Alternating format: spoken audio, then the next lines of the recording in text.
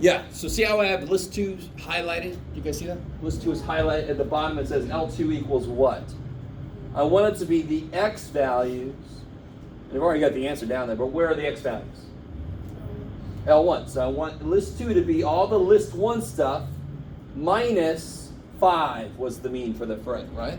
You guys with me? So the problem you're going to do, the mean's not going to be 5, all right?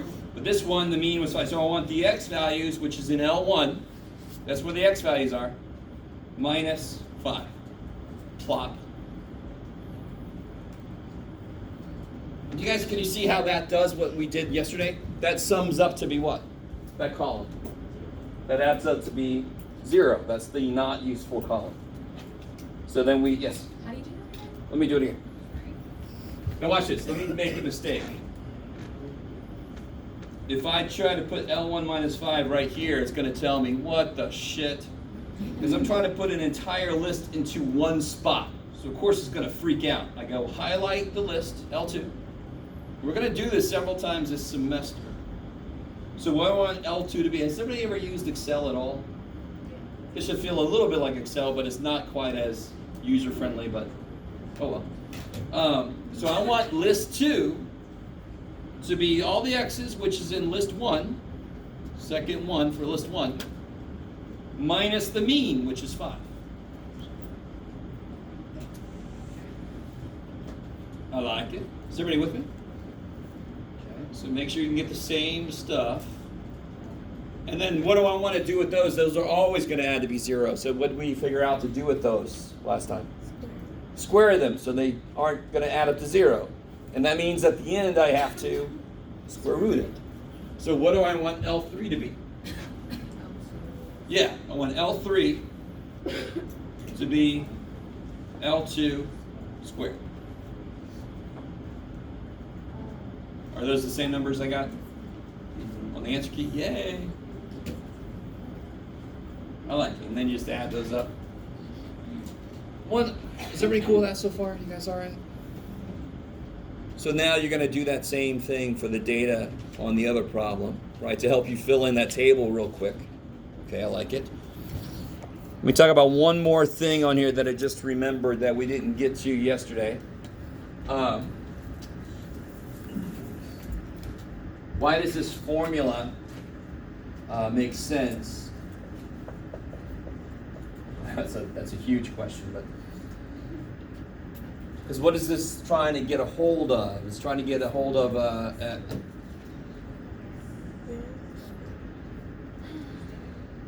it's trying to get a hold of the spread of the data. But what was the little more precise way we talked about it? I want to see how far the data points get away from the mean on average. So I want an average distance from the mean to all the data points. Do you see how slowly I talked just then? There's normally a good note to take. So the standard deviation tells you the average distance from the mean to all of the data points. That's a really good spread number. If on average the data points don't get very far away, it's not very spread out. So the grades today had a standard deviation of 12. If they had a standard deviation of 17, they would have been more spread out. Because there would have been more data points further away from the mean on average, right? Yes? Can the mean be like a decimal point this time? Oh shit, yes. Okay. We don't have to Just one place, right, I think? Yeah, we don't have to round it up, right? Not just you don't have to, but don't. Okay. I like. Think about it. If the standard deviation tells you the distance from the mean, and you move where the mean is, what's going to happen to your standard deviation? It's going to be way off, right? So I'll normally tell you how much to round the mean if I will let you do it at all. Okay, now stay with me. You guys still with me a little bit? All right, now here's where things get interesting. All right, just stay with me. This makes complete sense because I'm adding these up, dividing by how many there are. That is an average this, right? And I'm going to kill the square at the end, so that's fine. You guys with me? Okay, now watch this. I hope you understand this. I'm going to explain the reason behind this. If you really don't quite get the reason, you at least can see how it changes in the formula. So I can't use that exact same formula for a sample. I can't. I've got to change one little thing. Let me show you why that's true. There currently is an average age in this room, right? Nobody's 20 and 70, just depends on the minute. So there is an average age in here. You with me? If I randomly selected a row, like this row, would their average age be the same as everybody's average age? What would you think? I would put a lot of money on it not being the same. You guys with me? Is there a chance it could be? Oh yeah. It's like the same chance I'm going to win the lottery. Right? You guys semi with me? So it's more than likely that these people are either relatively younger or older than the average. Okay. Stay with me. This is awesome. I love you guys. So will they be closer to their own average or closer to the actual population average? To their average. These people, of course, their ages will be closer to their average age.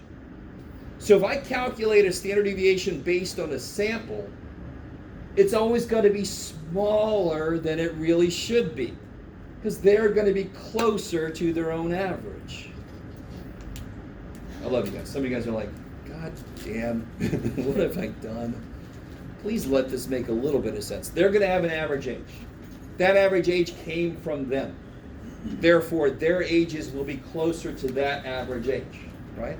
So if I happen to pick a bunch of 20 and 21-year-olds, their average will be 20.5. Their ages will be closer, because then everybody's average is going to be bigger than that, right? Some of us are older than it, yes. So the standard deviation is smaller for a sample? So if I used that same formula, it would be inherently wrong. I want you guys to realize that. Right? Because it would be smaller than it really should be, because I don't have the real mean. I just have an approximation from just you guys.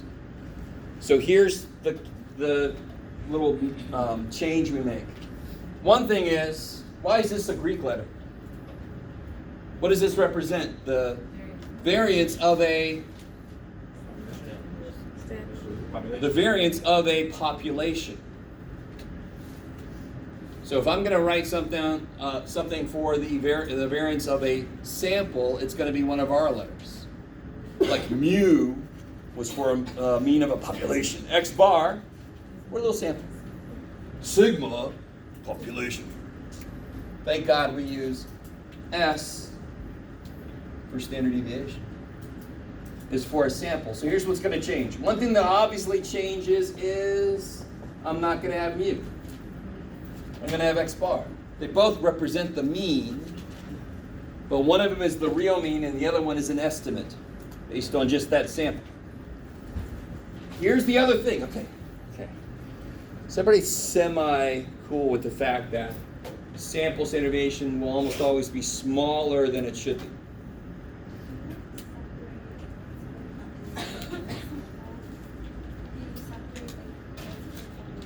That's what I'm doing. Yeah, so this one is population. Do you want me to write this like next to it? Okay. So for example, the problems you're working with are samples, right? If you're looking at the problem on the sheet, they are samples. So I can't use this formula. So here's what's going to happen. If I want to make a division come out bigger, because again, what's the problem here? The sample standard deviation, if I use that formula, it's always going to be smaller than it should be. So if I divide something by something, how do I make the answer come out a little bigger? Because I got to adjust this so the answer comes out bigger, because it's always going to be too small. Do I divide by more or divide by less to make something come out bigger? Divide by less. So this is going to come up later this semester also. Bless you. But what we do is we divide by n minus 1 instead of n. That's the one little adjustment for a sample standard deviation.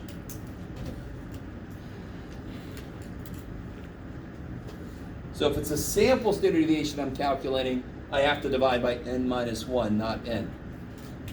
And that's just an adjustment because we don't know the real data, the real whole population. We're doing everything based on an estimate. So that's my little adjustment for that fact.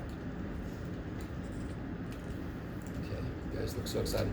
I think I wrote that down for you guys. Yes, I put the formula down there to help out, but just to explain why that is.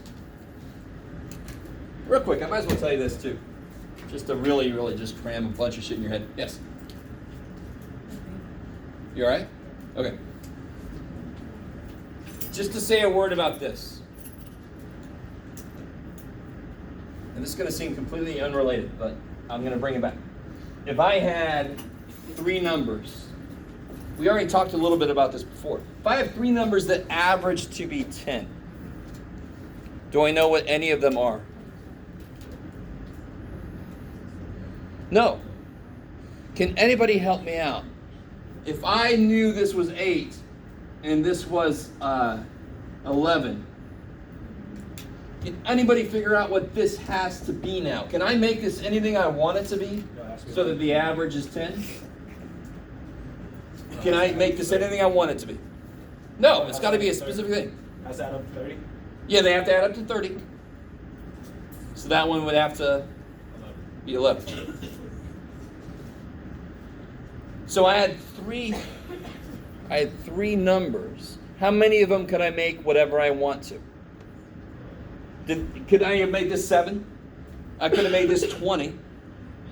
Right? And then this would have had to have been 3. I can make these 2 anything I want.